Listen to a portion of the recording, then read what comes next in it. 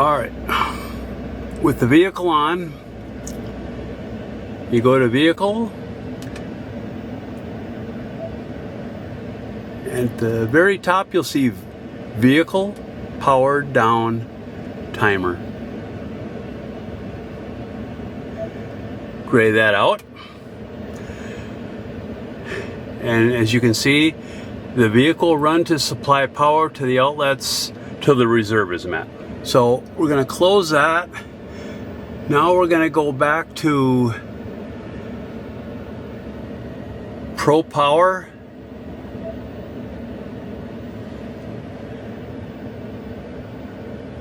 And we're going to go to, as you can see, I've got it selected up, 65 miles.